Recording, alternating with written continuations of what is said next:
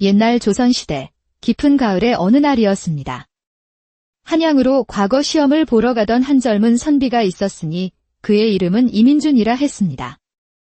비록 가세가 기운 양반 가문의 후손이었으나 그의 눈빛은 총명했고 굳게 담은 입술에서는 10년 넘게 학문에만 정진해온 굳은 의지가 엿보였습니다.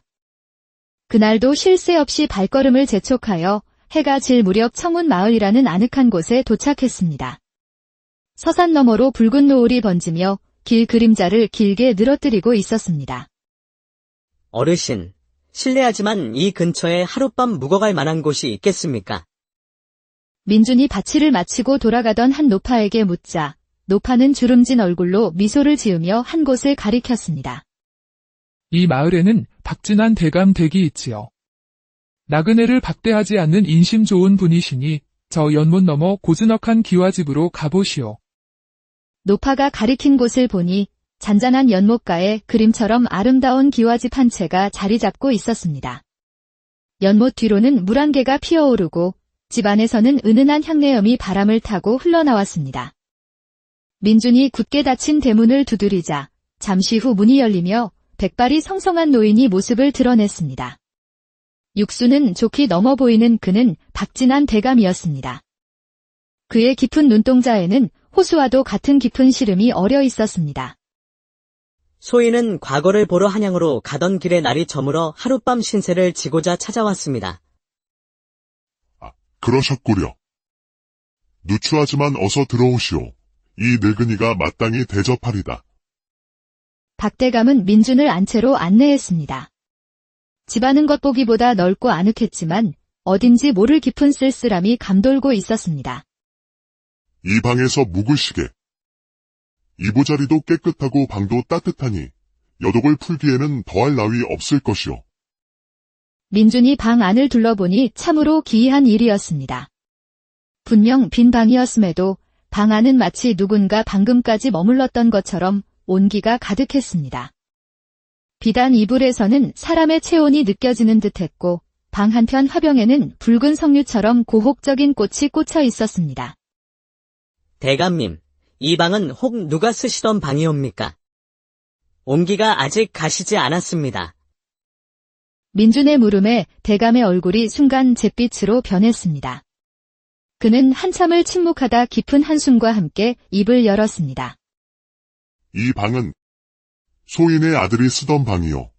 혼례를 올리던 날 밤, 호련이 사라져 벌써 석 달이 흘렀다오.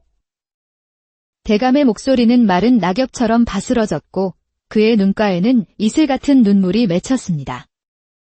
그렇다면 매일 이 방에 불을 지피시는 것입니까? 아니요. 소인은 이 방에 불을 지피지 않았는데도 늘 일이 따뜻하다오. 참으로 기이하고 슬픈 일이...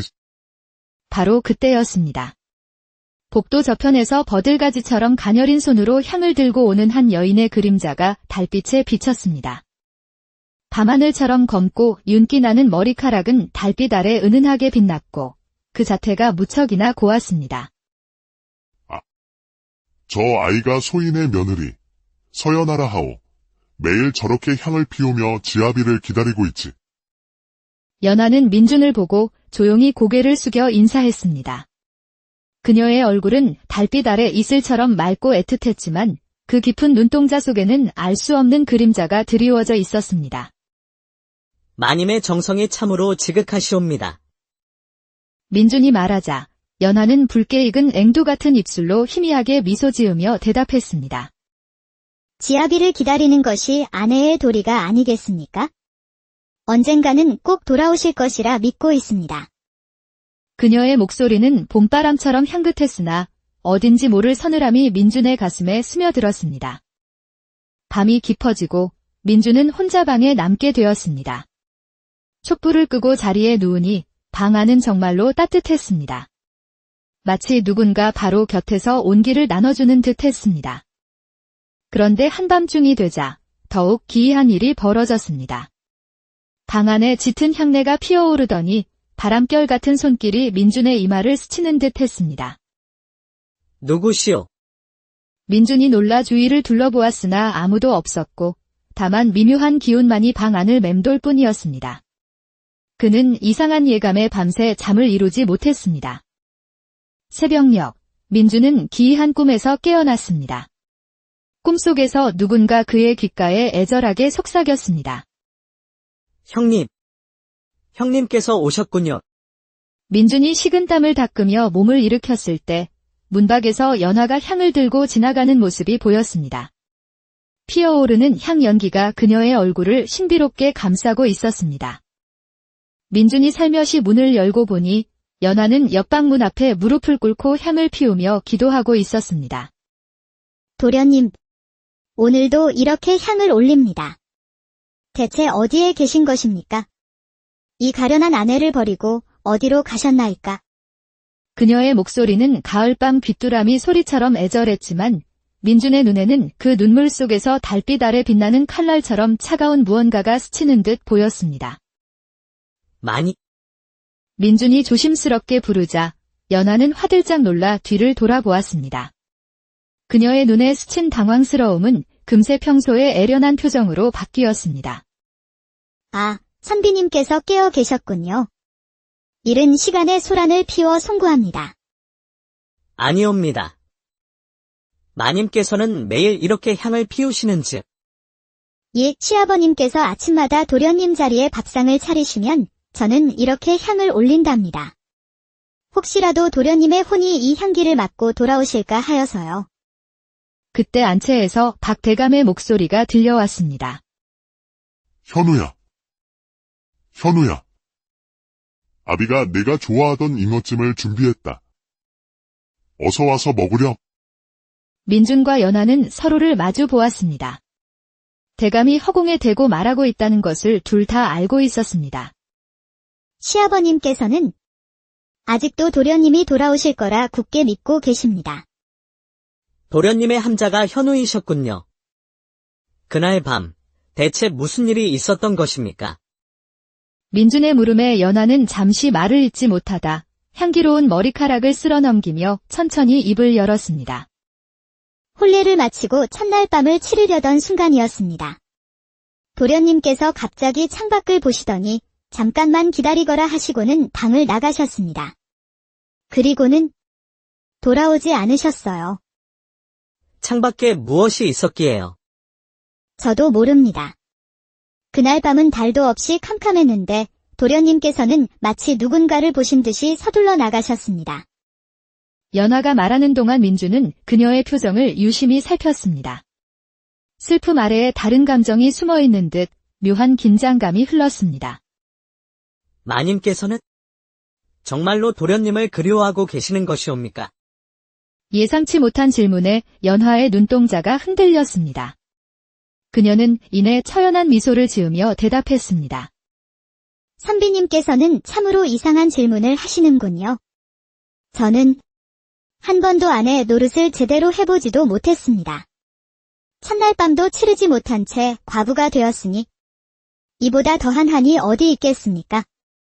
민주는 그 말 속에서 묘한 여운을 느꼈습니다. 한 번도 아내 노릇을 해보지 못했다는 말이 어딘가 다른 의미로 들렸기 때문입니다. 민주는 대감과 연하의 배웅을 받으며 청운 마을을 떠났지만 그의 마음속에는 풀리지 않는 의문이 계속 맴돌았습니다. 사흘 후 한양에 도착한 민주는 과거 시험장인 성균관 앞에 섰습니다. 하지만 그의 머릿속은 온통 그 기이한 집안의 일로 가득 차 있었습니다. 그때 누군가 그의 어깨를 툭 쳤습니다. 돌아보니 20남짓 되어 보이는 한 남자가 서 있었습니다. 그의 모습은 참으로 기이했습니다. 얼굴은 달빛처럼 창백했고 깊은 눈동자에는 슬픔이 어려 있었으며 마치 홀레복 같은 새하얀 도포를 입고 있었습니다. 형님께서는 청운 마을에서 오셨지. 박대감 댁에서 묵으셨고요. 남자의 말에 민주는 소스라치게 놀랐습니다. 그렇소만, 그대는 어찌 아시오? 리시오. 저는 그저 지나가는 나그네일 뿐입니다. 형님, 오늘 과거 시제가 무엇일지 아십니까? 남자는 쓸쓸한 미소를 지으며 민준의 귀에 대고 속삭였습니다. 오늘 시제는 석양입니다. 떠나간 임을 그리워하는 마음을 담아 시를 준비해 두시오. 민준이 더 물으려던 찰나 시험 시작을 알리는 징소리가 울렸고 그 남자는 연기처럼 사라져 버렸습니다. 잠시 후 시험관이 오늘의 시제를 발표했습니다. 오늘의 시제는 석양이다. 민준의 등골에 소름이 돋았습니다. 그 남자의 말이 그대로 들어맞은 것입니다. 그는 남자의 말을 떠올리며 붓을 들었고 마치 누군가 이끄는 것처럼 시를 써 내려갔습니다. 며칠 후 과거 결과가 발표되었습니다. 놀랍게도 민준의 이름이 장원급제자 명단에 올라 있었습니다. 더욱 놀라운 일은 임금이 그의 시에 감명받아 그를 암행어사로 임명한 것이었습니다. 류서진, 그대의 시가 과인의 마음을 움직였노라. 그대에게 마패를 하사하니 경상도 일대를 돌며 백성의 억울함을 풀어주도록 하라. 청운 마을 또한 경상도에 있었습니다. 민준은 이것이 하늘이 내린 기회라 생각하고 다시 청운 마을로 향했습니다.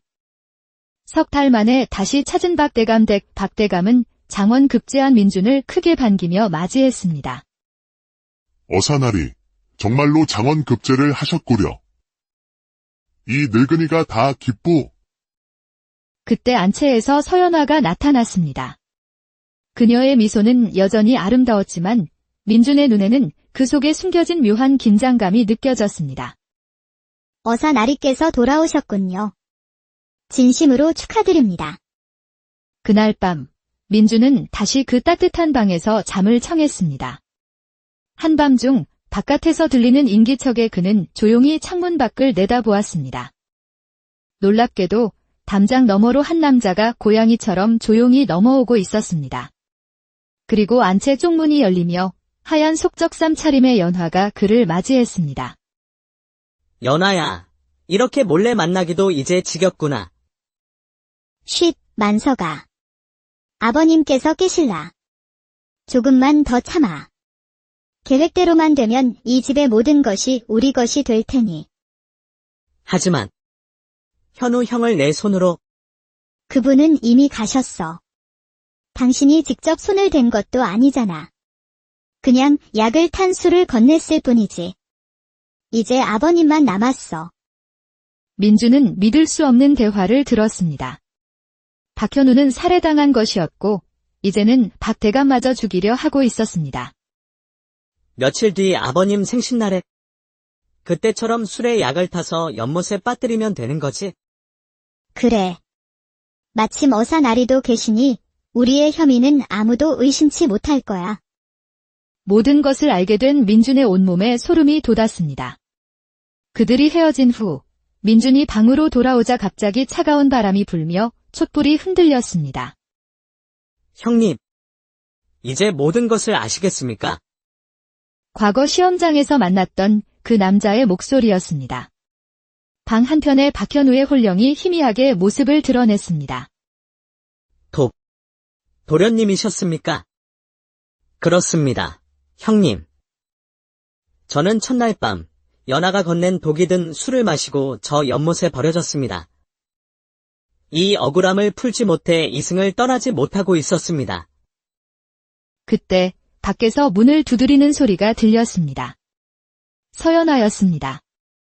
어사나리, 주무시고 계십니까? 드릴 말씀이 있습니다.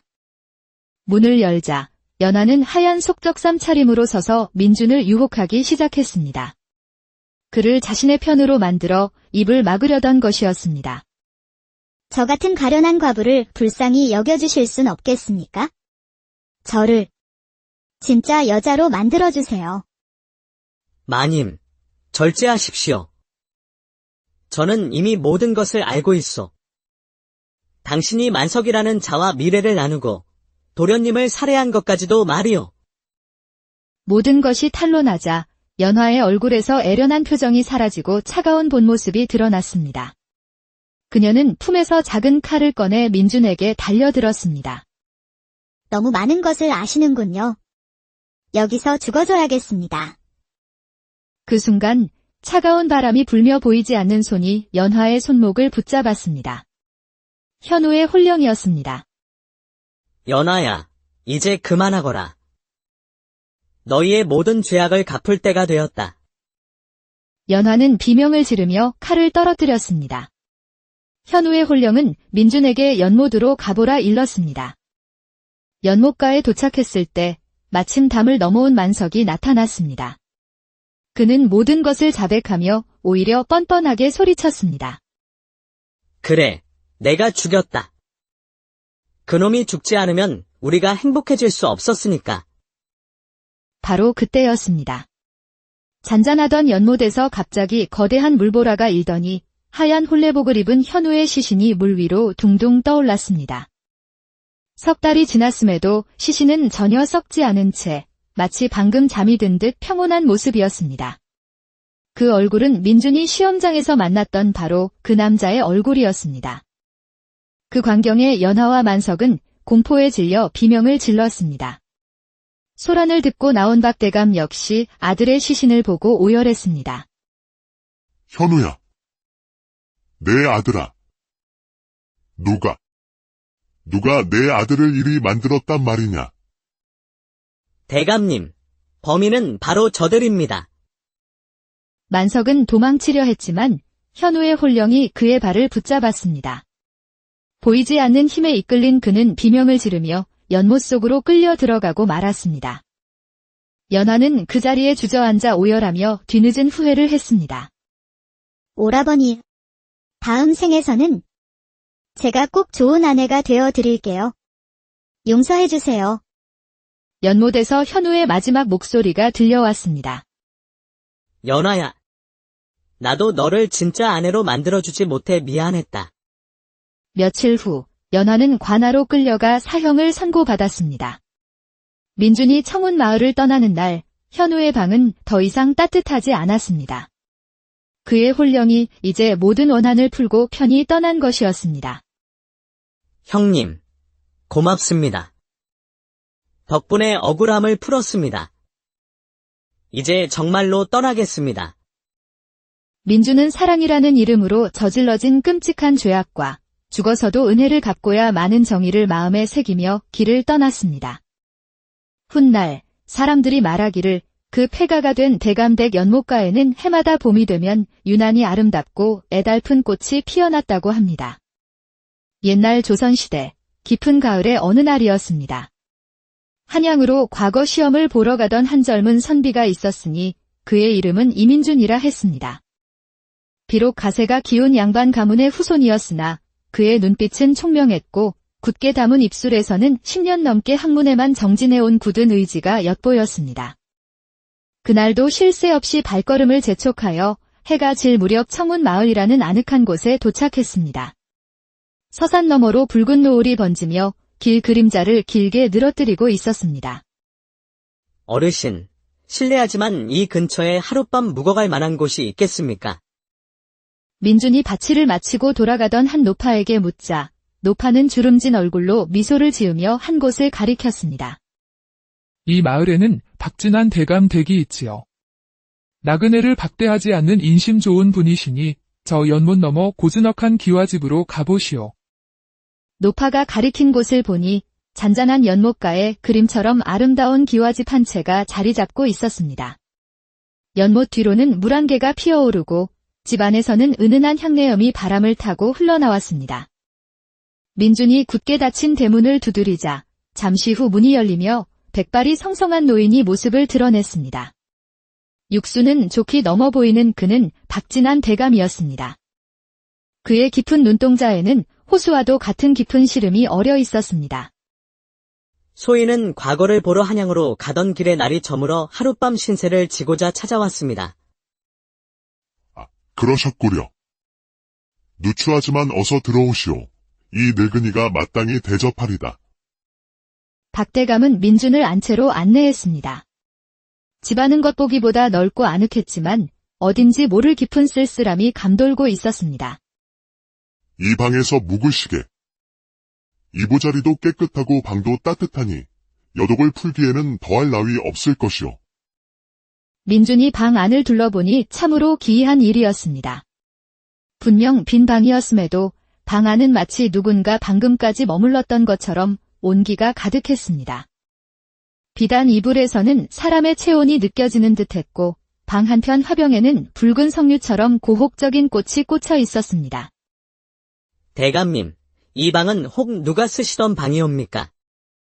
온기가 아직 가시지 않았습니다. 민준의 물음에 대감의 얼굴이 순간 잿빛으로 변했습니다. 그는 한참을 침묵하다 깊은 한숨과 함께 입을 열었습니다. 이 방은 소인의 아들이 쓰던 방이요. 혼례를 올리던 날 밤, 호련이 사라져 벌써 석 달이 흘렀다오. 대감의 목소리는 마른 낙엽처럼 바스러졌고 그의 눈가에는 이슬 같은 눈물이 맺혔습니다. 그렇다면 매일 이 방에 불을 지피시는 것입니까? 아니요. 소인은 이 방에 불을 지피지 않았는데도 늘 일이 따뜻하다오. 참으로 기이하고 슬픈 일이... 바로 그때였습니다. 복도 저편에서 버들가지처럼 가녀린 손으로 향을 들고 오는 한 여인의 그림자가 달빛에 비쳤습니다. 밤하늘처럼 검고 윤기 나는 머리카락은 달빛 아래 은은하게 빛났고 그 자태가 무척이나 고왔습니다. 저 아이가 소인의 며느리, 서연하라 하오. 매일 저렇게 향을 피우며 지아비를 기다리고 있지. 연하는 민준을 보고 조용히 고개를 숙여 인사했습니다. 그녀의 얼굴은 달빛 아래 이슬처럼 맑고 애틋했지만 그 깊은 눈동자 속에는 알 수 없는 그림자가 드리워져 있었습니다. 마님의 정성이 참으로 지극하시옵니다. 민준이 말하자 연하는 붉게 익은 앵두 같은 입술로 희미하게 미소 지으며 대답했습니다. 지아비를 기다리는 것이 아내의 도리가 아니겠습니까? 언젠가는 꼭 돌아오실 것이라 믿고 있습니다. 그녀의 목소리는 봄바람처럼 향긋했으나 어딘지 모를 서늘함이 민준의 가슴에 스며들었습니다. 밤이 깊어지고 민준은 혼자 방에 남게 되었습니다. 촛불을 끄고 자리에 누우니 방 안은 정말로 따뜻했습니다.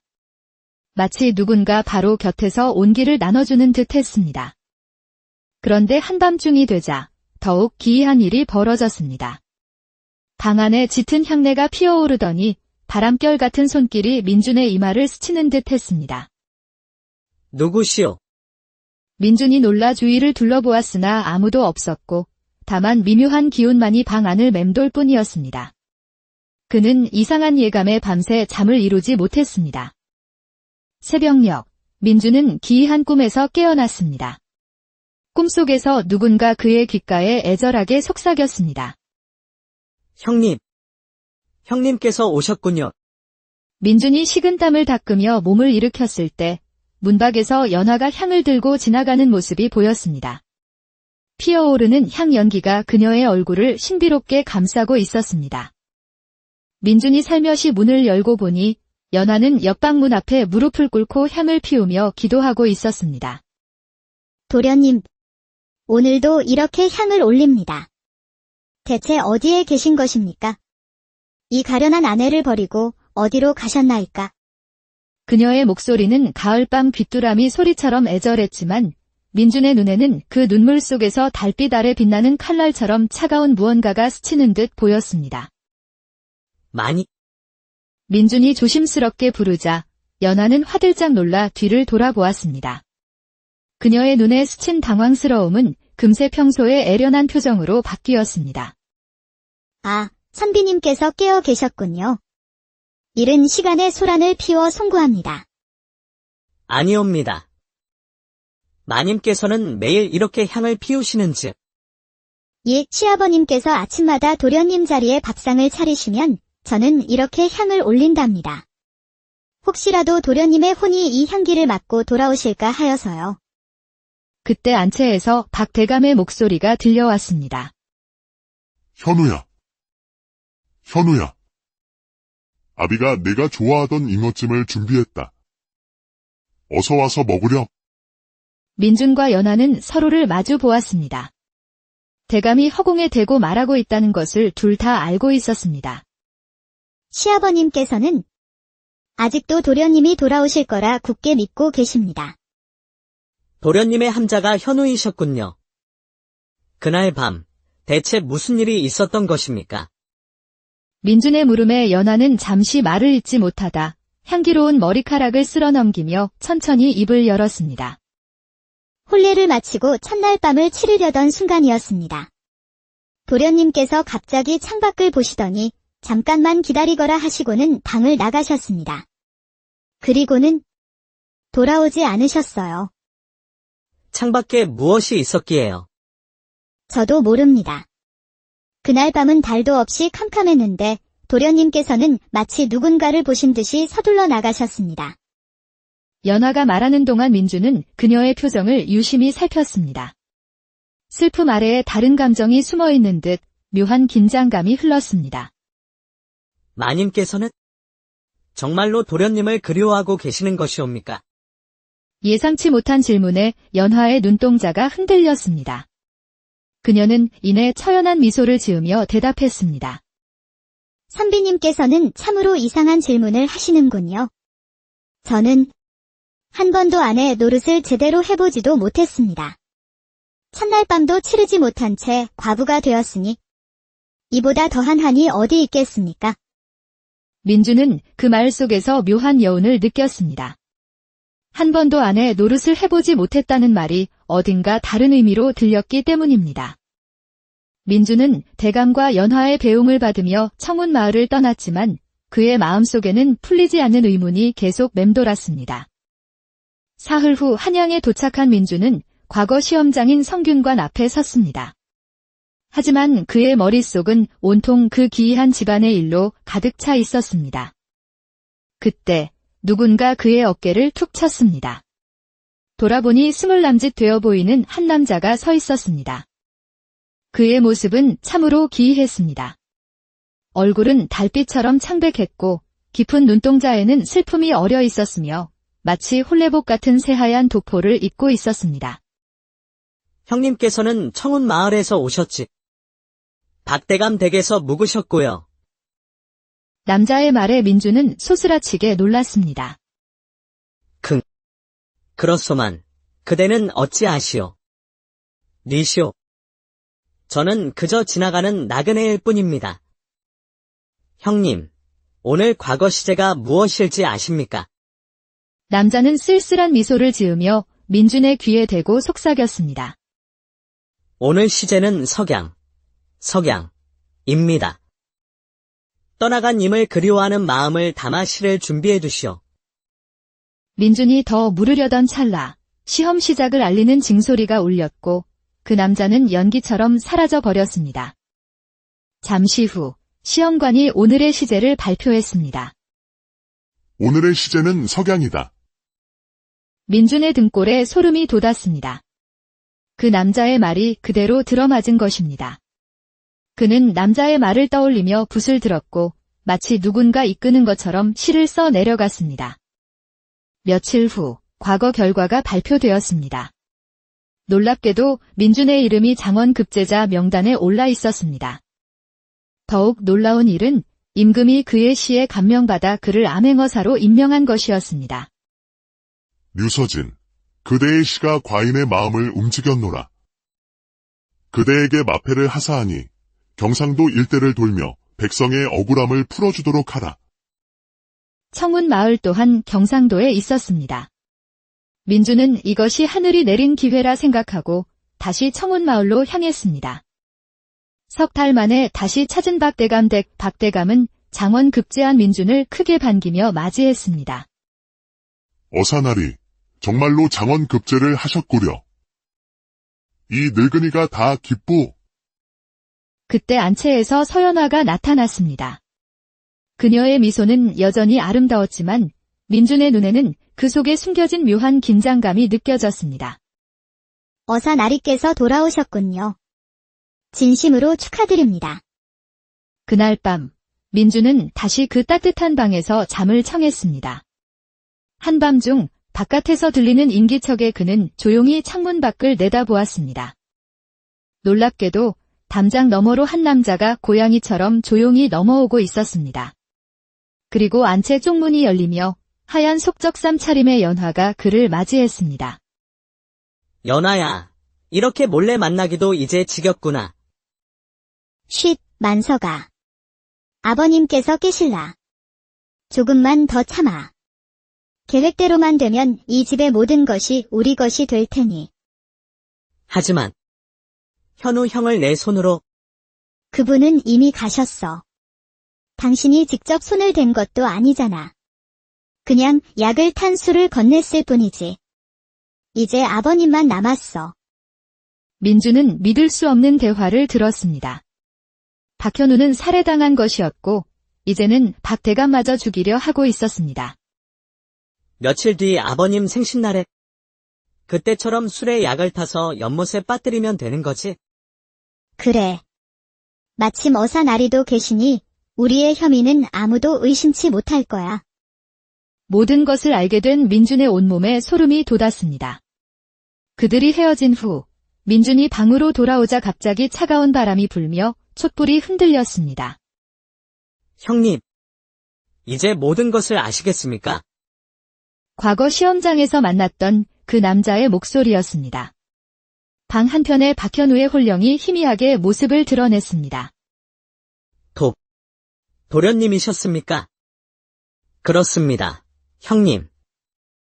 저는 첫날 밤 연하가 건넨 독이 든 술을 마시고 저 연못에 버려졌습니다. 이 억울함을 풀지 못해 이승을 떠나지 못하고 있었습니다. 그때 밖에서 문을 두드리는 소리가 들렸습니다. 서연아였습니다. 어사나리, 주무시고 계십니까? 드릴 말씀이 있습니다. 문을 열자 연하는 하얀 속적삼 차림으로 서서 민준을 유혹하기 시작했습니다. 그를 자신의 편으로 만들어 입을 막으려던 것이었습니다. 저 같은 가련한 과부를 불쌍히 여겨주실 순 없겠습니까? 저를 진짜 여자로 만들어주세요. 마님, 절제하십시오. 저는 이미 모든 것을 알고 있소. 당신이 만석이라는 자와 미래를 나누고 도련님을 살해한 것까지도 말이오. 모든 것이 탄로나자 연화의 얼굴에서 애련한 표정이 사라지고 차가운 본 모습이 드러났습니다. 그녀는 품에서 작은 칼을 꺼내 민준에게 달려들었습니다. 너무 많은 것을 아시는군요. 여기서 죽어줘야겠습니다. 그 순간 차가운 바람이 불며 보이지 않는 손이 연화의 손목을 붙잡았습니다. 현우의 홀령이었습니다. 연하야, 이제 그만하거라. 너희의 모든 죄악을 갚을 때가 되었다. 연화는 비명을 지르며 칼을 떨어뜨렸습니다. 현우의 홀령은 민준에게 연못으로 가보라 일렀습니다. 연못가에 도착했을 때 마침 담을 넘어온 만석이 나타났습니다. 그는 모든 것을 자백하며 오히려 뻔뻔하게 소리쳤습니다. 그래, 내가 죽였다. 그놈이 죽지 않으면 우리가 행복해질 수 없었으니까. 바로 그때였습니다. 잔잔하던 연못에서 갑자기 거대한 물보라가 일더니 하얀 홀레복을 입은 현우의 시신이 물 위로 둥둥 떠올랐습니다. 석 달이 지났음에도 시신은 전혀 썩지 않은 채 마치 방금 잠이 든 듯 평온한 모습이었습니다. 그 얼굴은 민준이 시험장에서 만났던 바로 그 남자의 얼굴이었습니다. 그 광경에 연하와 만석은 공포에 질려 비명을 질렀습니다. 소란을 듣고 나온 박대감 역시 아들의 시신을 보고 오열했습니다. 현우야. 내 아들아. 누가 내 아들을 이리 만들었단 말이냐? 대감님, 범인은 바로 저들입니다. 만석은 도망치려 했지만 현우의 홀령이 그의 발을 붙잡았습니다. 보이지 않는 힘에 이끌린 그는 비명을 지르며 연못 속으로 끌려 들어가고 말았습니다. 연하는 그 자리에 주저앉아 오열하며 뒤늦은 후회를 했습니다. 오라버니, 다음 생에서는 제가 꼭 좋은 아내가 되어 드릴게요. 용서해주세요. 연못에서 현우의 마지막 목소리가 들려왔습니다. 연하야, 나도 너를 진짜 아내로 만들어주지 못해 미안했다. 며칠 후 연하는 관아로 끌려가 사형을 선고받았습니다. 민준이 청운 마을을 떠나는 날 현우의 방은 더 이상 따뜻하지 않았습니다. 그의 홀령이 이제 모든 원한을 풀고 편히 떠난 것이었습니다. 형님, 고맙습니다. 덕분에 억울함을 풀었습니다. 이제 정말로 떠나겠습니다. 민주는 사랑이라는 이름으로 저질러진 끔찍한 죄악과 죽어서도 은혜를 갚고야 마는 정의를 마음에 새기며 길을 떠났습니다. 훗날 사람들이 말하기를 그 폐가가 된 대감댁 연못가에는 해마다 봄이 되면 유난히 아름답고 애달픈 꽃이 피어났다고 합니다. 옛날 조선시대 깊은 가을의 어느 날이었습니다. 한양으로 과거 시험을 보러 가던 한 젊은 선비가 있었으니 그의 이름은 이민준이라 했습니다. 비록 가세가 기운 양반 가문의 후손이었으나 그의 눈빛은 총명했고 굳게 담은 입술에서는 10년 넘게 학문에만 정진해온 굳은 의지가 엿보였습니다. 그날도 쉴 새 없이 발걸음을 재촉하여 해가 질 무렵 청운마을이라는 아늑한 곳에 도착했습니다. 서산 너머로 붉은 노을이 번지며 길 그림자를 길게 늘어뜨리고 있었습니다. 어르신, 실례하지만 이 근처에 하룻밤 묵어갈 만한 곳이 있겠습니까? 민준이 바치를 마치고 돌아가던 한 노파에게 묻자 노파는 주름진 얼굴로 미소를 지으며 한 곳을 가리켰습니다. 이 마을에는 박진한 대감 댁이 있지요. 나그네를 박대하지 않는 인심 좋은 분이시니 저 연못 너머 고즈넉한 기와집으로 가보시오. 노파가 가리킨 곳을 보니 잔잔한 연못가에 그림처럼 아름다운 기와집 한 채가 자리 잡고 있었습니다. 연못 뒤로는 물안개가 피어오르고 집 안에서는 은은한 향내염이 바람을 타고 흘러나왔습니다. 민준이 굳게 닫힌 대문을 두드리자 잠시 후 문이 열리며 백발이 성성한 노인이 모습을 드러냈습니다. 육수는 좋게 넘어 보이는 그는 박진한 대감이었습니다. 그의 깊은 눈동자에는 호수와도 같은 깊은 시름이 어려 있었습니다. 소인은 과거를 보러 한양으로 가던 길에 날이 저물어 하룻밤 신세를 지고자 찾아왔습니다. 그러셨구려. 누추하지만 어서 들어오시오. 이 늙은이가 마땅히 대접하리다. 박대감은 민준을 안채로 안내했습니다. 집안은 겉보기보다 넓고 아늑했지만 어딘지 모를 깊은 쓸쓸함이 감돌고 있었습니다. 이 방에서 묵으시게. 이부자리도 깨끗하고 방도 따뜻하니 여독을 풀기에는 더할 나위 없을 것이오. 민준이 방 안을 둘러보니 참으로 기이한 일이었습니다. 분명 빈 방이었음에도 방 안은 마치 누군가 방금까지 머물렀던 것처럼 온기가 가득했습니다. 비단 이불에서는 사람의 체온이 느껴지는 듯했고 방 한편 화병에는 붉은 석류처럼 고혹적인 꽃이 꽂혀 있었습니다. 대감님, 이 방은 혹 누가 쓰시던 방이옵니까? 온기가 아직 가시지 않았습니다. 민준의 물음에 대감의 얼굴이 순간 잿빛으로 변했습니다. 그는 한참을 침묵하다 깊은 한숨과 함께 입을 열었습니다. 이 방은 소인의 아들이 쓰던 방이요. 혼례를 올리던 날 밤, 호련이 사라져 벌써 석 달이 흘렀다오. 대감의 목소리는 마른 낙엽처럼 바스러졌고 그의 눈가에는 이슬 같은 눈물이 맺혔습니다. 그렇다면 매일 이 방에 불을 지피시는 것입니까? 아니요. 소인은 이 방에 불을 지피지 않았는데도 늘 일이 따뜻하다오. 참으로 기이하고 슬픈 일이... 바로 그때였습니다. 복도 저편에서 버들가지처럼 가녀린 손으로 향을 들고 오는 한 여인의 그림자가 달빛에 비쳤습니다. 밤하늘처럼 검고 윤기 나는 머리카락은 달빛 아래 은은하게 빛났고 그 자태가 무척이나 고왔습니다. 저 아이가 소인의 며느리, 서연하라 하오. 매일 저렇게 향을 피우며 지아비를 기다리고 있지. 연하는 민준을 보고 조용히 고개를 숙여 인사했습니다. 그녀의 얼굴은 달빛 아래 이슬처럼 맑고 애틋했지만 그 깊은 눈동자 속에는 알 수 없는 그림자가 드리워져 있었습니다. 마님의 정성이 참으로 지극하시옵니다. 민준이 말하자 연하는 붉게 익은 앵두 같은 입술로 희미하게 미소 지으며 대답했습니다. 지아비를 기다리는 것이 아내의 도리가 아니겠습니까? 언젠가는 꼭 돌아오실 것이라 믿고 있습니다. 그녀의 목소리는 봄바람처럼 향긋했으나 어딘지 모를 서늘함이 민준의 가슴에 스며들었습니다. 밤이 깊어지고 민준은 혼자 방에 남게 되었습니다. 촛불을 끄고 자리에 누우니 방 안은 정말로 따뜻했습니다. 마치 누군가 바로 곁에서 온기를 나눠주는 듯 했습니다. 그런데 한밤중이 되자 더욱 기이한 일이 벌어졌습니다.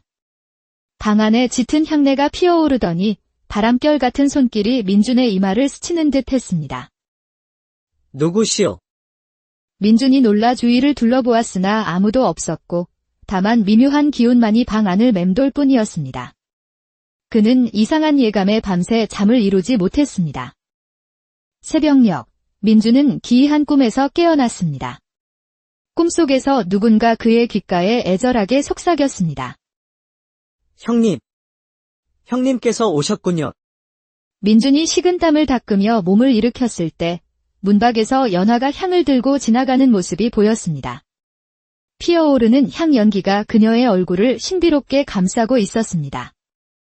민준이 살며시 문을 열고 보니 연화는 옆방 문 앞에 무릎을 꿇고 향을 피우며 기도하고 있었습니다. 도련님, 오늘도 이렇게 향을 올립니다. 대체 어디에 계신 것입니까? 이 가련한 아내를 버리고 어디로 가셨나이까? 그녀의 목소리는 가을밤 귀뚜라미 소리처럼 애절했지만 민준의 눈에는 그 눈물 속에서 달빛 아래 빛나는 칼날처럼 차가운 무언가가 스치는 듯 보였습니다. 민준이 조심스럽게 부르자 연하는 화들짝 놀라 뒤를 돌아보았습니다. 그녀의 눈에 스친 당황스러움은 금세 평소의 애련한 표정으로 바뀌었습니다. 아, 선비님께서 깨어 계셨군요. 이른 시간에 소란을 피워 송구합니다. 아니옵니다. 마님께서는 매일 이렇게 향을 피우시는지. 예, 시아버님께서 아침마다 도련님 자리에 밥상을 차리시면 저는 이렇게 향을 올린답니다. 혹시라도 도련님의 혼이 이 향기를 맡고 돌아오실까 하여서요. 그때 안채에서 박 대감의 목소리가 들려왔습니다. 현우야. 아비가 내가 좋아하던 잉어찜을 준비했다. 어서 와서 먹으렴. 민준과 연하는 서로를 마주 보았습니다. 대감이 허공에 대고 말하고 있다는 것을 둘 다 알고 있었습니다. 시아버님께서는 아직도 도련님이 돌아오실 거라 굳게 믿고 계십니다. 도련님의 함자가 현우이셨군요. 그날 밤, 대체 무슨 일이 있었던 것입니까? 민준의 물음에 연하는 잠시 말을 잇지 못하다 향기로운 머리카락을 쓸어넘기며 천천히 입을 열었습니다. 혼례를 마치고 첫날 밤을 치르려던 순간이었습니다. 도련님께서 갑자기 창밖을 보시더니 잠깐만 기다리거라 하시고는 방을 나가셨습니다. 그리고는 돌아오지 않으셨어요. 창밖에 무엇이 있었기에요? 저도 모릅니다. 그날 밤은 달도 없이 캄캄했는데 도련님께서는 마치 누군가를 보신 듯이 서둘러 나가셨습니다. 연하가 말하는 동안 민준은 그녀의 표정을 유심히 살폈습니다. 슬픔 아래에 다른 감정이 숨어있는 듯 묘한 긴장감이 흘렀습니다. 마님께서는 정말로 도련님을 그리워하고 계시는 것이옵니까? 예상치 못한 질문에 연하의 눈동자가 흔들렸습니다. 그녀는 이내 처연한 미소를 지으며 대답했습니다. 선비님께서는 참으로 이상한 질문을 하시는군요. 저는 한 번도 아내 노릇을 제대로 해보지도 못했습니다. 첫날 밤도 치르지 못한 채 과부가 되었으니 이보다 더한 한이 어디 있겠습니까? 민준은 그 말 속에서 묘한 여운을 느꼈습니다. 한 번도 아내 노릇을 해보지 못했다는 말이 어딘가 다른 의미로 들렸기 때문입니다. 민준은 대감과 연하의 배웅을 받으며 청운 마을을 떠났지만 그의 마음속에는 풀리지 않는 의문이 계속 맴돌았습니다. 사흘 후 한양에 도착한 민준은 과거 시험장인 성균관 앞에 섰습니다. 하지만 그의 머릿속은 온통 그 기이한 집안의 일로 가득 차 있었습니다. 그때 누군가 그의 어깨를 툭 쳤습니다. 돌아보니 20 남짓 되어 보이는 한 남자가 서 있었습니다. 그의 모습은 참으로 기이했습니다. 얼굴은 달빛처럼 창백했고 깊은 눈동자에는 슬픔이 어려 있었으며 마치 홀레복 같은 새하얀 도포를 입고 있었습니다. 형님께서는 청운 마을에서 오셨지. 박대감 댁에서 묵으셨고요. 남자의 말에 민준은 소스라치게 놀랐습니다. 그렇소만, 그대는 어찌 아시오? 니시오. 저는 그저 지나가는 나그네일 뿐입니다.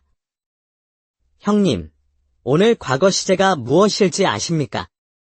남자는 쓸쓸한 미소를 지으며 민준의 귀에 대고 속삭였습니다. 오늘 시제는 석양입니다. 떠나간 임을 그리워하는 마음을 담아 시를 준비해 두시오. 민준이 더 물으려던 찰나 시험 시작을 알리는 징소리가 울렸고 그 남자는 연기처럼 사라져 버렸습니다. 잠시 후 시험관이 오늘의 시제를 발표했습니다. 오늘의 시제는 석양이다. 민준의 등골에 소름이 돋았습니다. 그 남자의 말이 그대로 들어맞은 것입니다. 그는 남자의 말을 떠올리며 붓을 들었고 마치 누군가 이끄는 것처럼 시를 써 내려갔습니다. 며칠 후 과거 결과가 발표되었습니다. 놀랍게도 민준의 이름이 장원급제자 명단에 올라 있었습니다. 더욱 놀라운 일은 임금이 그의 시에 감명받아 그를 암행어사로 임명한 것이었습니다. 류서진, 그대의 시가 과인의 마음을 움직였노라. 그대에게 마패를 하사하니 경상도 일대를 돌며 백성의 억울함을 풀어주도록 하라. 청운 마을 또한 경상도에 있었습니다. 민준은 이것이 하늘이 내린 기회라 생각하고 다시 청운 마을로 향했습니다. 석 달 만에 다시 찾은 박대감은 장원 급제한 민준을 크게 반기며 맞이했습니다. 어사나리, 정말로 장원 급제를 하셨구려. 이 늙은이가 다 기쁘. 그때 안채에서 서연화가 나타났습니다. 그녀의 미소는 여전히 아름다웠지만 민준의 눈에는 그 속에 숨겨진 묘한 긴장감이 느껴졌습니다. 어사나리께서 돌아오셨군요. 진심으로 축하드립니다. 그날 밤 민준은 다시 그 따뜻한 방에서 잠을 청했습니다. 한밤중 바깥에서 들리는 인기척에 그는 조용히 창문 밖을 내다보았습니다. 놀랍게도 담장 너머로 한 남자가 고양이처럼 조용히 넘어오고 있었습니다. 그리고 안채 쪽문이 열리며 하얀 속적삼 차림의 연화가 그를 맞이했습니다. 연아야, 이렇게 몰래 만나기도 이제 지겹구나. 쉿, 만서가. 아버님께서 깨실라. 조금만 더 참아. 계획대로만 되면 이 집의 모든 것이 우리 것이 될 테니. 하지만 현우 형을 내 손으로. 그분은 이미 가셨어. 당신이 직접 손을 댄 것도 아니잖아. 그냥 약을 탄 술을 건넸을 뿐이지. 이제 아버님만 남았어. 민준은 믿을 수 없는 대화를 들었습니다. 박현우는 살해당한 것이었고 이제는 박대감마저 죽이려 하고 있었습니다. 며칠 뒤 아버님 생신날에 그때처럼 술에 약을 타서 연못에 빠뜨리면 되는 거지? 그래. 마침 어사나리도 계시니 우리의 혐의는 아무도 의심치 못할 거야. 모든 것을 알게 된 민준의 온몸에 소름이 돋았습니다. 그들이 헤어진 후 민준이 방으로 돌아오자 갑자기 차가운 바람이 불며 촛불이 흔들렸습니다. 형님, 이제 모든 것을 아시겠습니까? 과거 시험장에서 만났던 그 남자의 목소리였습니다. 방 한편에 박현우의 홀령이 희미하게 모습을 드러냈습니다. 도련님이셨습니까? 그렇습니다, 형님. 저는 첫날 밤 연하가 건넨 독이 든 술을 마시고 저 연못에 버려졌습니다. 이 억울함을 풀지 못해 이승을 떠나지 못하고 있었습니다. 그때 밖에서 문을 두드리는 소리가 들렸습니다. 서연아였습니다. 어사나리, 주무시고 계십니까? 드릴 말씀이 있습니다. 문을 열자 연하는 하얀 속적삼 차림으로 서서 민준을 유혹하기 시작했습니다. 그를 자신의 편으로 만들어 입을 막으려던 것이었습니다. 저 같은 가련한 과부를 불쌍히 여겨주실 순 없겠습니까? 저를 진짜 여자로 만들어주세요. 마님, 절제하십시오. 저는 이미 모든 것을 알고 있소. 당신이 만석이라는 자와 미래를 나누고 도련님을 살해한 것까지도 말이오. 모든 것이 탄로나자 연화의 얼굴에서 애련한 표정이 사라지고 차가운 본 모습이 드러났습니다. 그녀는 품에서 작은 칼을 꺼내 민준에게 달려들었습니다. 너무 많은 것을 아시는군요. 여기서 죽어줘야겠습니다. 그 순간 차가운 바람이 불며 보이지 않는 손이 연화의 손목을 붙잡았습니다. 현우의 홀령이었습니다. 연아야, 이제 그만하거라. 너희의 모든 죄악을 갚을 때가 되었다. 연화는 비명을 지르며 칼을 떨어뜨렸습니다. 현우의 홀령은 민준에게 연못으로 가보라 일렀습니다. 연못가에 도착했을 때 마침 담을 넘어온 만석이 나타났습니다. 그는 모든 것을 자백하며 오히려 뻔뻔하게 소리쳤습니다. 그래, 내가 죽였다. 그놈이 죽지 않으면 우리가 행복해질 수 없었으니까. 바로 그때였습니다. 잔잔하던 연못에서 갑자기 거대한 물보라가 일더니 하얀 홀레복을 입은 현우의 시신이 물 위로 둥둥 떠올랐습니다. 석 달이 지났음에도 시신은 전혀 썩지 않은 채 마치 방금 잠이 든 듯 평온한 모습이었습니다. 그 얼굴은 민준이 시험장에서 만났던 바로 그 남자의 얼굴이었습니다. 그 광경에 연화와 만석은 공포에 질려 비명을 질렀습니다. 소란을 듣고 나온 박대감 역시 아들의 시신을 보고 오열했습니다. 현우야. 내 아들아. 누가 내 아들을 이리 만들었단 말이냐? 대감님, 범인은 바로 저들입니다. 만석은 도망치려 했지만 현우의 홀령이 그의 발을 붙잡았습니다. 보이지 않는 힘에 이끌린 그는 비명을 지르며 연못 속으로 끌려 들어가고 말았습니다. 연화는 그 자리에 주저앉아 오열하며 뒤늦은 후회를 했습니다. 오라버니, 다음 생에서는 제가 꼭 좋은 아내가 되어 드릴게요. 용서해주세요.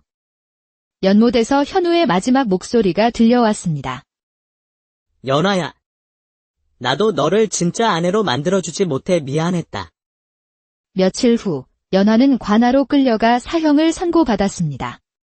민준이 청운 마을을 떠나는 날 현우의 방은 더 이상 따뜻하지 않았습니다. 그의 홀령이 이제 모든 원한을 풀고 편히 떠난 것이었습니다. 형님, 고맙습니다. 덕분에 억울함을 풀었습니다. 이제 정말로 떠나겠습니다. 민준은 사랑이라는 이름으로 저질러진 끔찍한 죄악과 죽어서도 은혜를 갚고야 마는 정의를 마음에 새기며 길을 떠났습니다. 훗날 사람들이 말하기를 그 폐가가 된 대감댁 연못가에는 해마다 봄이 되면 유난히 아름답고 애달픈 꽃이 피어났다고 합니다. 옛날 조선시대 깊은 가을의 어느 날이었습니다. 한양으로 과거 시험을 보러 가던 한 젊은 선비가 있었으니 그의 이름은 이민준이라 했습니다. 비록 가세가 기운 양반 가문의 후손이었으나 그의 눈빛은 총명했고 굳게 담은 입술에서는 10년 넘게 학문에만 정진해온 굳은 의지가 엿보였습니다. 그날도 쉴 새 없이 발걸음을 재촉하여 해가 질 무렵 청운 마을이라는 아늑한 곳에 도착했습니다. 서산 너머로 붉은 노을이 번지며 길 그림자를 길게 늘어뜨리고 있었습니다. 어르신, 실례하지만 이 근처에 하룻밤 묵어갈 만한 곳이 있겠습니까? 민준이 바치를 마치고 돌아가던 한 노파에게 묻자 노파는 주름진 얼굴로 미소를 지으며 한 곳을 가리켰습니다. 이 마을에는 박진한 대감 댁이 있지요. 나그네를 박대하지 않는 인심 좋은 분이시니 저 연못 너머 고즈넉한 기와집으로 가보시오. 노파가 가리킨 곳을 보니 잔잔한 연못가에 그림처럼 아름다운 기와집 한 채가 자리 잡고 있었습니다. 연못 뒤로는 물안개가 피어오르고 집 안에서는 은은한 향내염이 바람을 타고 흘러나왔습니다. 민준이 굳게 닫힌 대문을 두드리자 잠시 후 문이 열리며 백발이 성성한 노인이 모습을 드러냈습니다.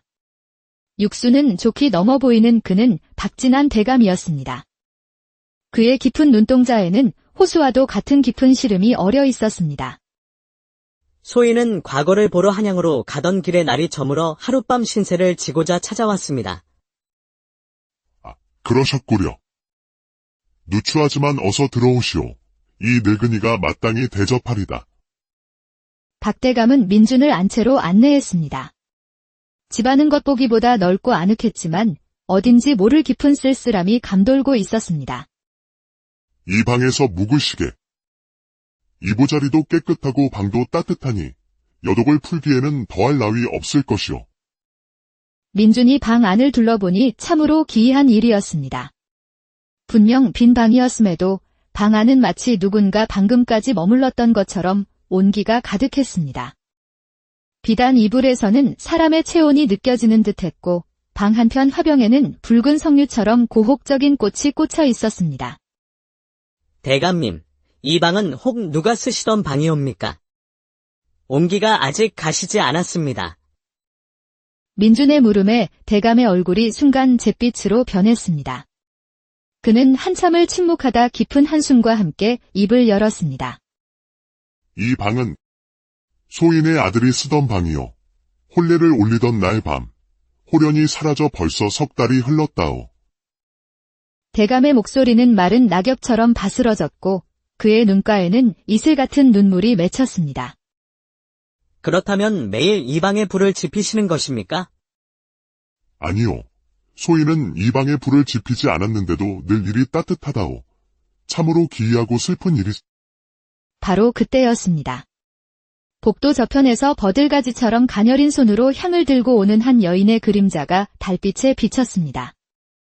밤하늘처럼 검고 윤기 나는 머리카락은 달빛 아래 은은하게 빛났고 그 자태가 무척이나 고왔습니다. 저 아이가 소인의 며느리, 서연하라 하오. 매일 저렇게 향을 피우며 지아비를 기다리고 있지. 연하는 민준을 보고 조용히 고개를 숙여 인사했습니다. 그녀의 얼굴은 달빛 아래 이슬처럼 맑고 애틋했지만 그 깊은 눈동자 속에는 알 수 없는 그림자가 드리워져 있었습니다.